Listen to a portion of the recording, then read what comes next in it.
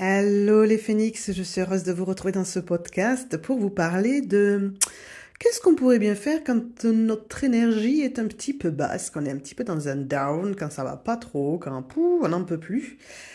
Et je pense que si vous écoutez ce podcast quand il sort, c'est-à-dire nous sommes au mois d'avril 2024, vous êtes peut-être dans cette énergie-là parce qu'actuellement, on est un peu plombé.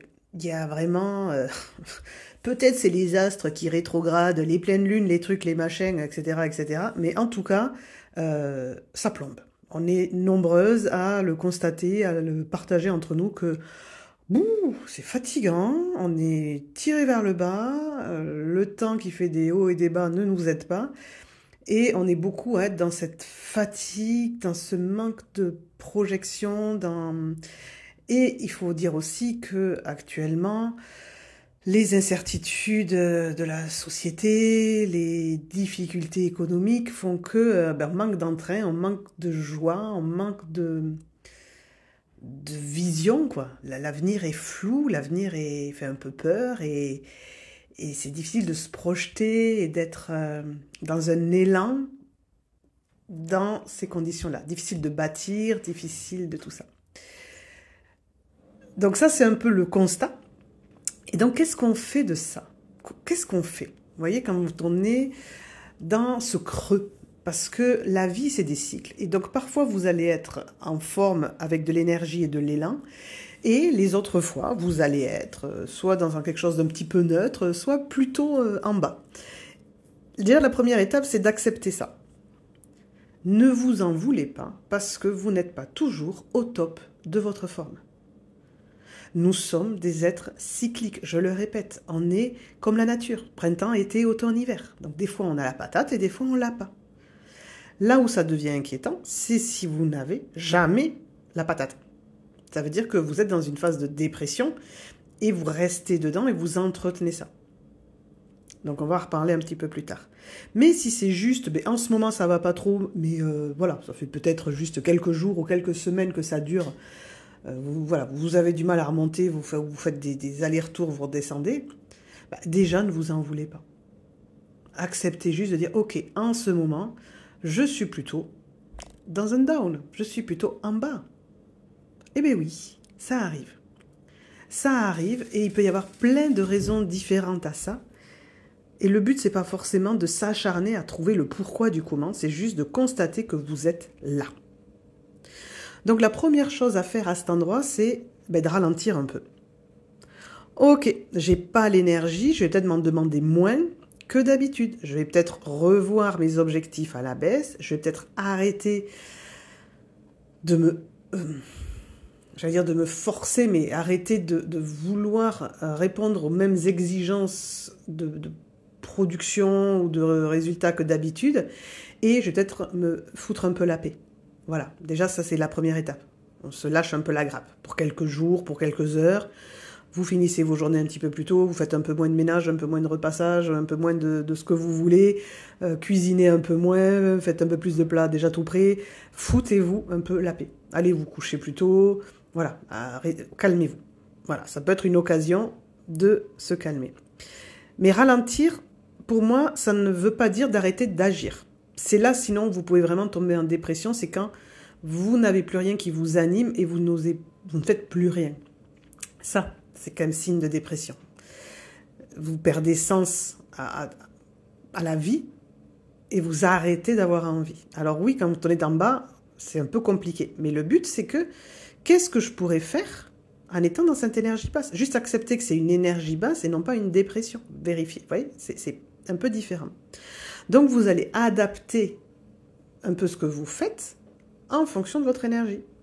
Donc par exemple, un moment de down comme ça peut être un temps idéal pour faire de l'introspection.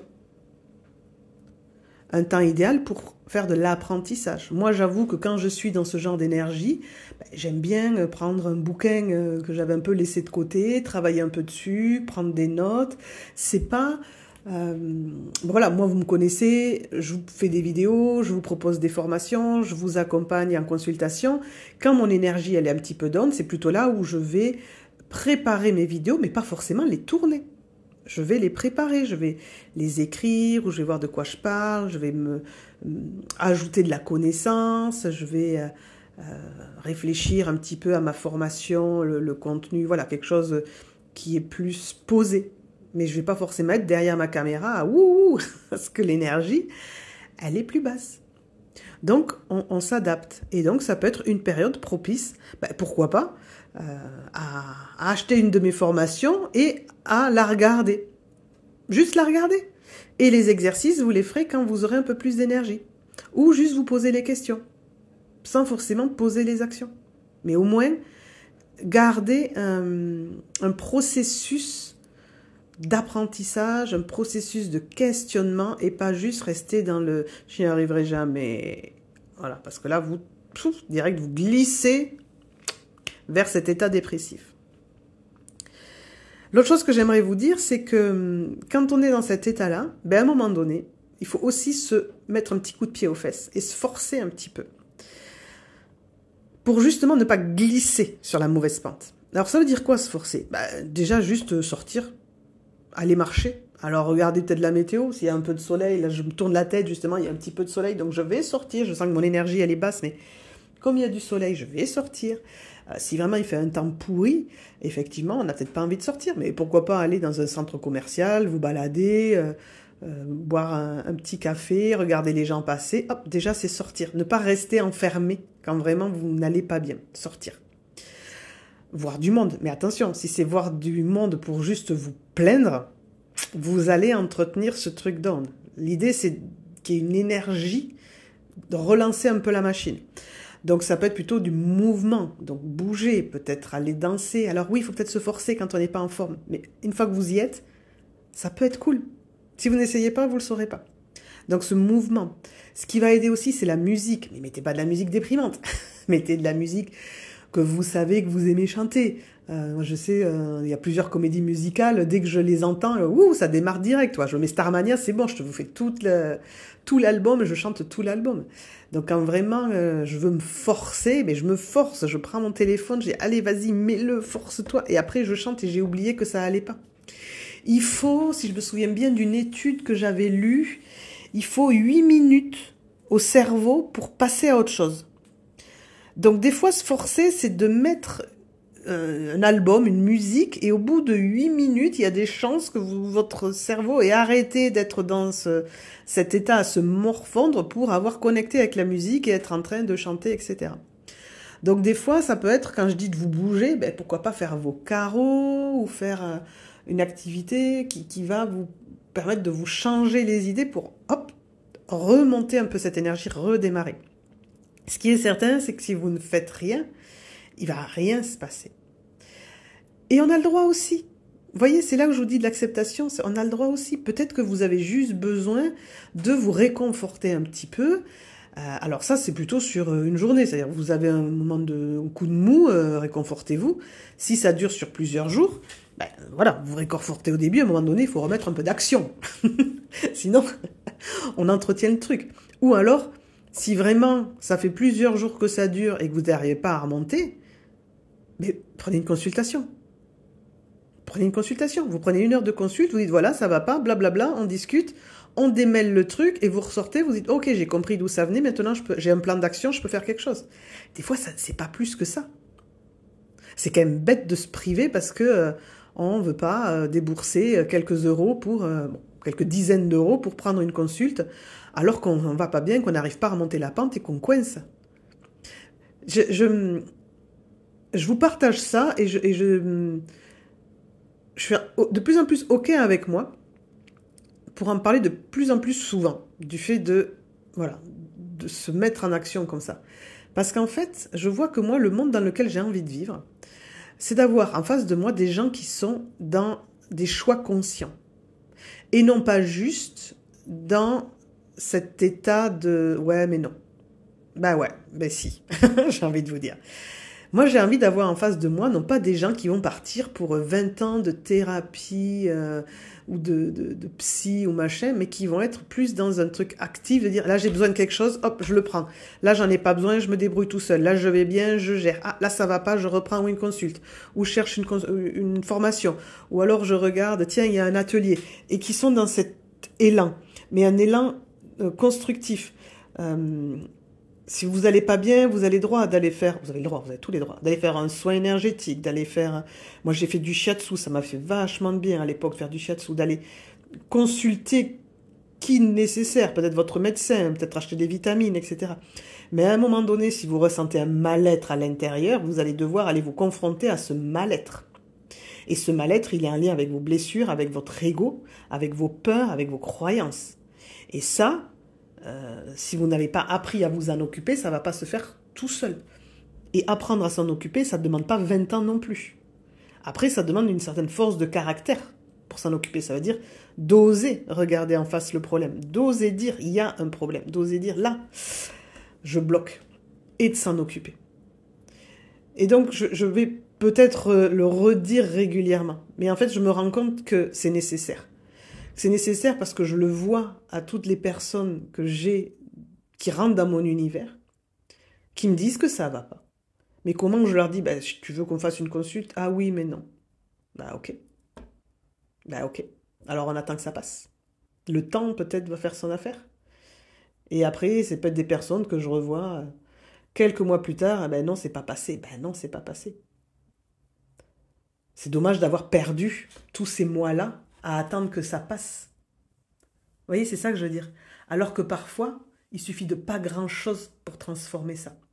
Donc moi, j'ai envie d'un monde dans lequel on est davantage conscient et dans l'action. Et non pas à attendre que ça passe. Et donc, si ce monde-là vous intéresse pas, vous pouvez arrêter dès aujourd'hui d'écouter mes podcasts. Parce que moi, c'est vers ça que j'ai envie de vous amener. Et pour vous y amener, ben, j'ai envie de vous dire, ben, moi, la première, je fais ça. Donc, quand ça va pas bien, ben, j'ai des personnes ressources avec qui que je vais voir pour avoir même des séances, des consultes, des soins, voilà, plein de choses. J'ai ce week-end, par exemple, je suis assistante, comme on dit, sur un atelier de mon école, là où je me suis formée.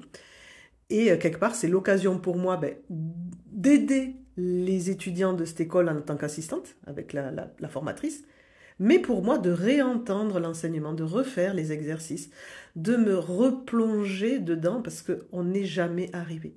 Et ce n'est pas parce qu'on est déjà thérapeute, sophrologue, coach et tout ça qu'on a fini le boulot. Et donc même entre nous, on peut s'assister, on peut se donner des séances, il y a plein de choses à faire. Donc voilà, ça aussi j'ai envie de le dire pour détendre aussi les personnes qui se sont formées dans des métiers de l'accompagnement, que c'est pas parce qu'on a eu une formation qu'on a guéri tout. Il y a encore du chemin à faire et donc on doit avoir cette lucidité de voir ça. Et donc ce que j'ai envie de dire pour finir, c'est de s'écouter. Si vous êtes dans cette énergie down, si vous êtes dans ce moment un petit peu de fatigue, de ras-le-bol, etc., écoutez-vous. Écoutez-vous, votre corps, qu'est-ce qu'il vous dit, où vous en êtes. Mais faites attention. Parce que quand on s'écoute, on peut aussi écouter son ego sans s'en rendre compte. Et notre ego, potentiellement, il va vous maintenir là-dedans. Il va vous dire, mais oui, mais de toute façon, c'est normal, t'y arrives pas, t'es pas à la hauteur, à quoi bon? Moi, je me souviens quand j'étais dans la phase dépressive, il me disait, à quoi bon? À quoi bon se lever? À quoi bon agir? Mais non, mais c'est pas le moment. Tu t'occuperas de toi quand tu iras mieux. Oh, ça, l'ego, il adore. Comme ça, on ne s'occupe pas de lui. Comme ça, lui, il reste là, au chaud, et vous vous occupez pas de lui. Tu feras du travail sur toi quand ça ira mieux, c'est pas le bon moment. Il n'y a jamais de bon moment. C'est vous qui devez créer le moment. Donc voilà un petit peu ce que j'avais envie de vous dire. Donc si je résume, quand cette énergie elle est un petit peu down, bah, déjà accepter qu'elle soit down. Voilà, c'est pas grave, on a le droit. Par contre, si vous ne faites rien sur de la durée, vous pouvez légèrement glisser vers le burn-out ou vers la dépression. Donc oui, on ralentit. Oui, prendre du temps pour soi. Oui, on va peut-être se poser des questions, on fait de l'introspection. Mais là, attention aussi.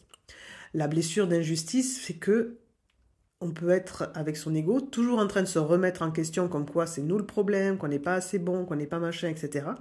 Mais ça, c'est plus de l'introspection. C'est de la rumination. Et ça n'apporte rien. On a l'impression, l'ego nous fait croire qu'on est en train de travailler sur nous, mais on est juste en train de tourner en boucle. Donc observez-vous, voyez ça, et après, si vous êtes juste dans une énergie donne et que tout, enfin, voilà, que vous êtes juste dans l'observation que en ce moment je suis un peu fatigué et tout ça, profitez de ce temps-là pour faire différemment.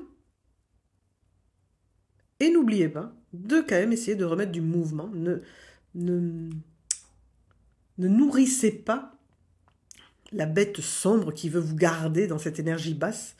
Essayez de nourrir la lumière. Et pour ça, bouger, sortir, écouter de la musique, voir du monde, regarder des films drôles, en jouer, des dessins animés, des trucs qui vont vous faire rire, regarder des sketchs, vous voyez, mettez-vous dans cette énergie-là pour essayer justement de ne pas rester là-dedans. Voilà ce que j'avais envie de vous dire. Je vous souhaite de profiter de la vie, de votre vie, parce que c'est la vôtre. Personne ne la vivra à votre place. Et je vous dis à très bientôt sur un prochain podcast ou une prochaine vidéo. Bye bye les phénix!